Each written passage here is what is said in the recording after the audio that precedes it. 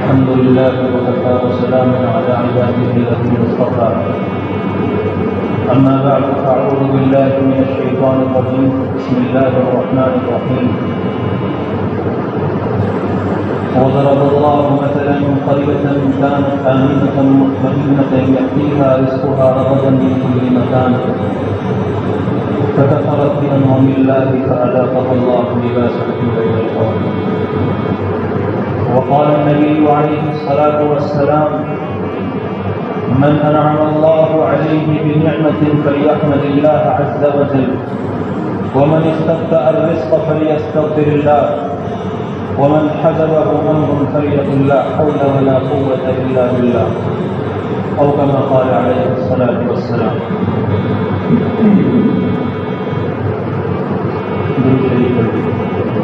اللهم صل على سيدنا محمد وعلى آل سيدنا محمد وبارك وسلم. يا رب صل وسلم دائما أبدا على حبيبك خير الخلق كلهم. بزرگان محترم، برادران عزیز، ایک جمعے پہلے کی نشست میں نے قرآن کریم کی آیت تلاوت کی تھی سورۃ النحل کی کہ اللہ رب العزت فرماتا ہے کہ جب قومیں نافرمانیاں، ناشکری اور احسان فراموشی کی زندگیاں گزارتی ہیں تو پھر اللہ کی طرف سے ایک عذاب آتا ہے کہ ان پر خوف اور ڈر مسلط کر دیا جاتا ہے اور ان کو اپنی معاش کی اور مالی پوزیشن کی ایسی فکر لاحق ہوتی ہے کہ کسی وقت بھی اس سے انہیں چھٹکارا نہیں ملتا. لباس الجوع والخوف، کہ اللہ انہیں خوف کا لباس پہنا دیتا ہے، ڈر کا لباس پہنا دیتا ہے، بھوک کا لباس پہنا دیتا ہے. وجہ کیا ہوتی ہے؟ فَكَفَرَتْ بِأَنْعُمِ اللَّهِ، کہ انہوں نے اللہ کے احسانات کی نافرمانی کی ہے، اللہ کے ساتھ احسان فراموشی کا معاملہ کیا ہے. فَكَفَرَتْ بِأَنْعُمِ اللَّهِ. حضرت ذوالنون مصری رحمۃ اللہ علیہ ایک بڑے اولیاء اللہ میں سے ہیں. ایک مرتبہ ایک بستی میں تشریف لے گئے. آپ بستی میں گئے تو ایک جگہ سے آپ کو گانے بجانے کی آوازیں آنے لگی. آپ نے معلوم کیا کہ یہاں کیا مسئلہ ہے، تو پتہ لگا کہ یہاں ایک شادی ہے جس کی وجہ سے یہ گانا بجانا ہو رہا ہے. حضرت آگے چل پڑے، چلو بھائی آگے چلو. آگے چلے تو ایک جگہ سے رونے دھونے کی آوازیں آنے لگی، جزا فضا کی آوازیں آنے لگی، رونے کی آوازیں آنے لگی. حضرت نے پوچھا یہاں کیا مسئلہ ہے، تو پتہ چلا کہ یہاں ایک میت ہوئی ہے جس کی وجہ سے رونا دھونا ہے. حضرت نے کہا کہ چلو بھائی چلو اس بستی سے، یہاں تو نہ شکر کا رواج ہے اور نہ صبر کا رواج ہے. اللہ رب العزت نے انہیں خوشی کی نعمت دی، شادی کی نعمت دی، انہوں نے اس پر شکر کرنے کے بجائے اللہ کی نافرمانی کی، اللہ کے ساتھ اللہ کے گناہوں میں مبتلا ہو گئے، نافرمانی کا معاملہ کیا. اور اللہ نے انہیں آزمایا، میت کے ذریعے سے، وفات کے ذریعے سے، غم کے ذریعے سے اللہ نے ان کی آزمائش لی. انہوں نے اس پر صبر نہیں کیا اور گناہوں کے اندر مبتلا ہو گئے، بے صبری کا اللہ کے سامنے مظاہرہ کیا. یہ مسئلے رہنے کے قابل نہیں ہے، چلو اس مسئلے سے چلو. میرا عزیز، جب کسی زندگی کے اندر اور کسی گھر کے اندر نہ ہی صبر ہو اور نہ ہی شکر ہو، وہ لوگ خود ہی اپنے لیے برکتوں کے، رحمتوں کے دروازے بند کر لیتے ہیں. جس زندگی میں شکر بھی نہ ہو، صبر بھی نہ ہو، وہ لوگ خود ہی اپنے لیے رحمتوں کے دروازے بند کر لیتے ہیں. الایمان نصفان، سارا ایمان دو حصوں میں ہے، آدھا حصہ شکر ہے، آدھا حصہ صبر ہے. ایسا کون شخص ہے جس کی زندگی میں پریشانیاں نہ ہو، تکلیفیں نہ ہو، الجھنیں نہ ہو، ٹینشنیں نہ ہو. لیکن خوش نصیب انسان وہ ہے جس کی زندگی کا ہر لمحہ عبادت بن سکتا ہے. شکر بھی کر رہا ہے، صبر بھی کر رہا ہے، کبھی شکر کر رہا ہے، کبھی صبر کر رہا ہے. اس کی زندگی کا ہر لمحہ عبادت بن سکتا ہے. شکر کے ذریعے سے بھی آخرت کما رہا ہے اور صبر کے ذریعے سے بھی آخرت کما رہا ہے. حضرت جعفر صادق رضی رحمۃ اللہ علیہ، حضرت امام زین العابدین کے صاحبزادے ہیں. وہ فرماتے ہیں کہ میں نے اپنے ابا حضرت زین العابدین سے سنا اور انہوں نے اپنے والد حضرت حسین رضی اللہ عنہ سے سنا اور انہوں نے اپنے نانا سیدنا جناب محمد رسول اللہ صلی اللہ علیہ وسلم سے سنا. کیا سنا؟ من انعم اللہ علیہ بنعمت فلیحمد اللہ عز وجل، کہ اللہ کسی انسان کو کوئی نعمت عطا کرے تو وہ اس نعمت پر اللہ کا شکر ادا کرے.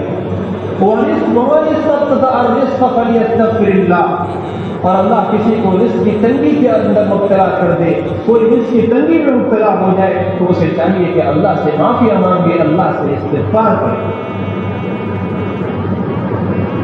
لوگ بڑے وظیفے کے پیچھے چلتے ہیں نا، لوگ ہم سے پوچھتے ہیں کوئی وظیفہ بتا دیجیے، ہم کوئی عمل بتا دیجیے.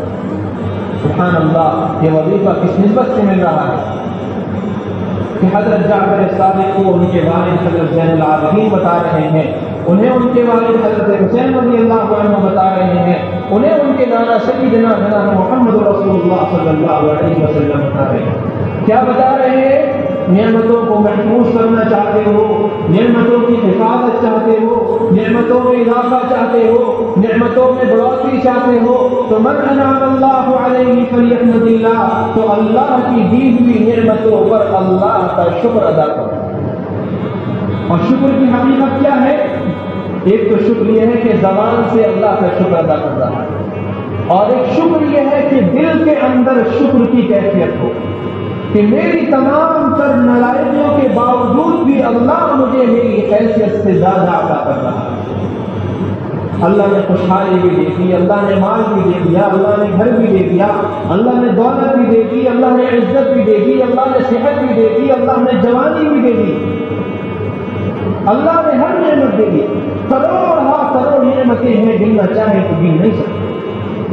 نبی کریم صلی اللہ علیہ وسلم نعمتوں کی حفاظت کا وظیفہ بتا رہے ہیں کہ من انعم اللہ علیہ فلیحمد اللہ، کہ جسے اللہ کوئی نعمت عطا کرے اس نعمت پر اللہ کا شکر ادا کرے.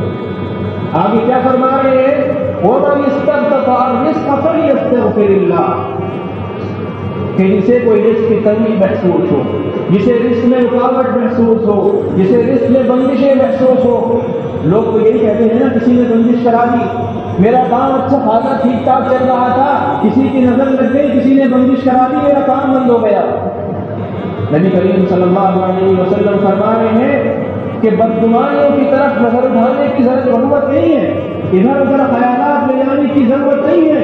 وَمَا أَصَابَكُم مِّن مُّصِيبَةٍ فَبِمَا كَسَبَتْ أَيْدِيكُم، کہ تمہاری زندگی میں جو بھی مصیبتیں آ رہی ہیں، جو بھی پریشانیاں آ رہی ہیں، تم دیکھو تمہاری کسی بدعملی کا نتیجہ تو نہیں ہے. تمہاری زندگی میں کوئی ایسا گناہ تو نہیں ہے جس کی وجہ سے یہ رکاوٹیں آ رہی ہیں. تمہاری زندگی میں مصیبتیں آ رہی ہیں، الجھنیں آ رہی ہیں، تمہارے کام میں رکاوٹیں آ رہی ہیں. کوئی گناہ تم سے ایسا تو نہیں ہو رہا. اپنی زندگی کا انتظام کرو، نظر نہیں آ رہا فلیستغفر اللہ، تو اللہ سے استغفار کرو، اللہ سے معافی مانگو. اے اللہ میں جانتا ہوں یا نہیں جانتا، اے اللہ میرے علم میں ہے یا میرے علم میں نہیں ہے، اے اللہ مجھے یاد ہے یا میں بھول گیا، تو سب جانتا ہے. اے اللہ مجھے معاف فرما، اے اللہ مجھے معاف فرما. تو رسول اللہ صلی اللہ علیہ وسلم فرما رہے ہیں جب زندگی نعمتوں میں گزر رہی ہو، خوشحالی میں گزر رہی ہو، تو اس نعمتوں میں اللہ کا شکر ادا کرو، اور جب کوئی پریشانی اور رکاوٹیں آ جائیں تو اللہ سے استغفار کرو، اللہ سے معافیاں مانگو. نبی کریم صلی اللہ علیہ وسلم نے یہ تعلیم دی ہے کہ جب بھی دعا کرو، دعا سے پہلے استغفار کرو، اپنی گناہوں سے معافی مانگو. پہلے دوستوں کی صف میں تو آ جاؤ، پہلے دشمنوں کی صف سے نکل کر اللہ کے دوستوں کی صف میں آ جاؤ، اس لیے کہ ہر گناہ اللہ کے کسی دشمن کی میراث ہے، ہر نافرمانی اللہ کے کسی دشمن کی میراث ہے. اس لیے نبی کریم صلی اللہ علیہ وسلم یہ تعلیم دے رہے ہیں، دعا کا یہ ادب سکھا رہے ہیں کہ جب بھی اللہ سے دعا کرو سب سے پہلے اللہ کے سامنے اپنی حالت رکھو، تو اس حالت سے پہلے اللہ سے معافی مانگو، اللہ سے استغفار کرو. تو حضرت جعفر صادق رحمۃ اللہ علیہ فرماتے ہیں انہیں والد نے بتایا، انہیں ان کے دادا نے بتایا، اور ان کے نانا سیدنا جناب محمد رسول اللہ صلی اللہ علیہ وسلم نے بتایا من استطاع الرزق فلیستغفر اللہ، کہ جب رزق کی تنگی میں مبتلا ہو جاؤ تو اللہ سے استغفار کا اہتمام کرو، اللہ سے معافی مانگو۔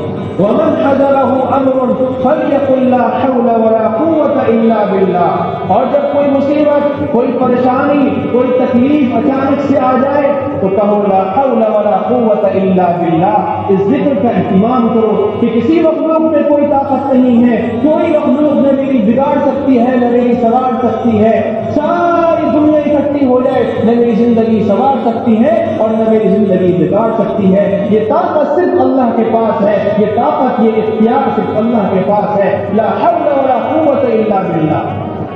تقدیر پر ایمان کہ ہر بھلائی اور ہر برائی اللہ کی طرف سے ہے۔ جب تک تقدیر پر ایمان نہیں ہوگا زندگی خوشگوار نہیں ہو سکتی۔ اگر زندگی خوشگوار بنانی ہے تو تقدیر پر ایمان رکھنا ضروری ہے کہ جو بھلائی ہے، جو برائی ہے اور جو مصیبت میری زندگی میں آ رہی ہے اس سے کوئی حفاظت کر سکتا ہے تو میرا صرف اللہ کر سکتا ہے۔ لا حول ولا قوة الا باللہ۔ اس ذکر کا اہتمام کریں۔ اور نبی کریم صلی اللہ علیہ وسلم فرما رہے ہیں یہ کلمات کیا ہیں؟ خزانہ ہے، خزانہ۔ لا حول ولا قوة الا باللہ کنز من کنوز الجنہ، کہ اللہ کے خزانوں میں سے ایک خزانہ ہے لا حول ولا قوة الا باللہ۔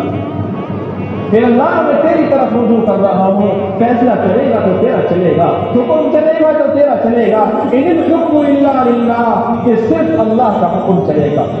وَمَن يُهِنِ اللَّهُ فَمَا لَهُ مِن مُكْرِمٍ، اور اللہ کسی کے لیے ذلت کا، رسوائی کا فیصلہ کر دے تو کوئی اسے عزت نہیں دے سکتا۔ وَإِن يَمْسَسْكَ اللَّهُ بِضُرٍّ فَلَا كَاشِفَ لَهُ، اور اللہ جس کی پکڑ کر لے اسے کوئی بچا نہیں سکتا۔ مَا يَفْتَحِ اللَّهُ لِلنَّاسِ مِن رَحْمَةٍ فَلَا مُمْسِكَ لَهَا وَمَا يُمْسِكْ فَلَا مُرْسِلَ لَهُ مِن بَعْدِهِ، اور اللہ جس کے لیے رحمتوں کے، برکتوں کے، انعامات کے دروازے کھول دے کوئی اس سے بندش نہیں لگا سکتا، کوئی اس کے لیے رکاوٹ نہیں بن سکتا، کوئی اس کے جسم میں رکاوٹ نہیں کر سکتا۔ ہاں وَمَا يُمْسِكْ فَلَا مُرْسِلَ لَهُ مِن بَعْدِهِ، اللہ جس کے لیے خود ہی رکاوٹ کا فیصلہ کر دے، خود ہی رزق کی تنگی کا فیصلہ کر دے، ذلت اور رسوائی کا فیصلہ کر دے، پھر اسے کوئی بچا نہیں سکتا، پھر اسے کوئی نہیں بچا سکتا۔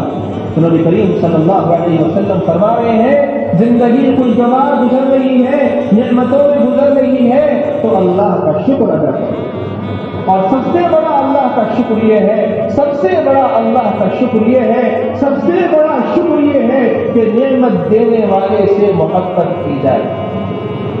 جب کوئی منعم اور احسان کرنے والے کے احسانات کو یاد کرتا ہے اور اس کے کیے گئے احسانات کا تصور بار بار اپنے دل میں لاتا ہے تو اس کی طرف دل کھنچتا ہے اور اس کی محبت اور بڑھ جاتی ہے۔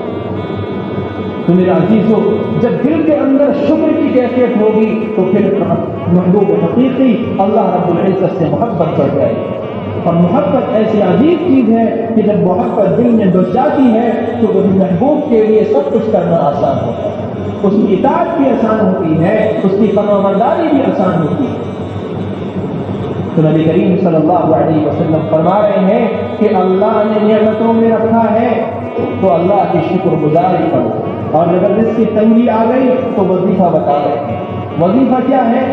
اگر میں آپ سے کہوں کہ کسی اللہ والے نے خواب میں دیکھا ہے اور خواب میں اللہ کے نبی کو دیکھا ہے اور اللہ کے نبی بتا رہے ہیں کہ اگر کوئی پریشانی آ رہی ہے تو یہ عمل کر لو تمہاری مشکل حل ہو جائے گی، تو آپ کہیں گے کہ بڑی عجیب بات ہے کہ بھائی اللہ کے نبی خواب میں آئے ہیں تو بہت اچھی بات بتائی ہوگی۔ یقین جانیے میرے عزیزوں، یقین جانیے کہ جو کچھ اللہ کے نبی صلی اللہ علیہ وسلم نے زندگی میں ارشاد فرما دیا خوابوں سے زیادہ یقینی ہے، خوابوں سے زیادہ اثردار ہے۔ نبی کریم صلی اللہ علیہ وسلم نے فرمایا من لزم الاستغفار جعل اللہ له من كل هم فرجا، کہ جو شخص استغفار کی کثرت کرتا ہے، جو شخص استغفار بار بار کرتا ہے، زبانی استغفار نہیں کہ گناہ بھی کر رہا ہے، گناہ بھی دیکھ رہا ہے، بدنگاہی بھی کر رہا ہے اور زبان سے کہہ رہا ہے استغفر اللہ استغفر اللہ استغفر اللہ، یہ استغفار نہیں ہے، یہ استغفار تو خود قابل استغفار ہے۔ بلکہ استغفار کیا ہے؟ استغفار کس چیز کا نام ہے کہ ندامت، شرمندگی، سچی طرف کے ساتھ اللہ رب العزت کے سامنے معافی مانگنا، یہ ہے استغفار۔ نبی کریم صلی اللہ علیہ وسلم ارشاد فرما رہے ہیں من لزم الاستغفار جعل اللہ له من كل هم فرجا، جو کثرت سے استغفار کرتا ہے اللہ اس کی ہر پریشانی کو حل کر دیتا ہے، ہر تنگی میں اس کے لیے کوئی راستہ نکال دیتا ہے۔ ومن كل هم فرجا، اور جو بار بار استغفار کرتا ہے اللہ اس کے غموں کو دور کر دیتا ہے۔ آج ہر کوئی غموں میں گھرا ہوا ہے، کسی کو معاش کا غم ہے، کسی کو غربت کا غم ہے، کوئی نہ کوئی کسی بیماری کے غم میں ہے، کوئی کسی پریشانی کے غم میں ہے۔ نبی کریم صلی اللہ علیہ وسلم ارشاد فرما رہے ہیں جو استغفار کی کثرت کرتا ہے من کل ہم فرجا، اللہ ہر غم اس کا دور کر دیتا ہے۔ وَرْزَقَهُ مِنْ حَيْثُ لَا يَحْتَسِبُ، اور جو کثرت سے استغفار کرتا ہے اللہ اسے وہاں سے رزق عطا کرتا ہے جہاں سے اسے وہم و گمان بھی نہیں ہوتا۔ اللہ رب العزت اسے وہاں سے رزق عطا کرتا ہے۔ تو میرے عزیزو، اللہ کے نبی کی بات پر ہمیں یقین نصیب ہو جائے، ہمارے محبوب نے جو کچھ فرما دیا اس کا یقین ہماری زندگی میں اتر جائے کہ نبی کریم صلی اللہ علیہ وسلم نے فرمایا کہ جنت کا خزانہ ہے لا حول ولا قوت الا باللہ۔ یہ ایمان ضروری ہے، یہ ایمان ضروری ہے کہ اللہ تیری طرف سے ہی مصیبت آئی ہے اور حل بھی تو ہی کرے گا۔ جب زندگی کے اندر دل کے اندر یہ کیفیت ہوگی تو اگر انسان پریشانی کے اندر بھی ہوگا تو پھر بھی اس کو سکون ہوگا۔ نبی کریم صلی اللہ علیہ وسلم نے یہ 3 نسخے بتائے ہیں زندگی سنوارنے کے لیے، بہترین زندگی گزارنے کے لیے، نعمتوں کا مزہ اٹھانے کے لیے، نعمتوں میں بڑھوتری کرنے کے لیے، نعمتوں میں اضافہ کرنے کے لیے، نعمتوں سے لطف اٹھانے کے لیے نبی کریم صلی اللہ علیہ وسلم نے یہ 3 نسخے بتائے ہیں۔ پہلا نسخہ کیا ہے کہ اگر اللہ نعمت عطا کرے تو اس نعمت پر اللہ کا شکر ادا کرے۔ دوسرا کیا ہے اگر زندگی میں کوئی رکاوٹ آ جائے، زندگی میں رزق کی تنگی آ جائے تو اللہ سے استغفار کرو، اللہ سے معافی مانگو۔ تیسرا کیا ہے اگر اچانک سے کوئی مصیبت اور پریشانی آ جائے من حزنہ امر فلیقل لا حول ولا قوت الا باللہ، اگر اچانک سے کوئی پریشانی اور کوئی مصیبت آ جائے تو اللہ کی طرف رجوع کرو کہ اللہ تو ہی اس مشکل کو حل کرنے والا ہے، آئی بھی تیری طرف سے ہے اور حل بھی تو ہی کرے گا۔ تو میرے عزیزوں، جو کچھ کہا گیا ہے اور جو سنا گیا ہے اللہ رب العزت ہم سب کو عمل کی توفیق نصیب فرمائے۔ وآخر دعوانا الحمد للہ رب العالمین۔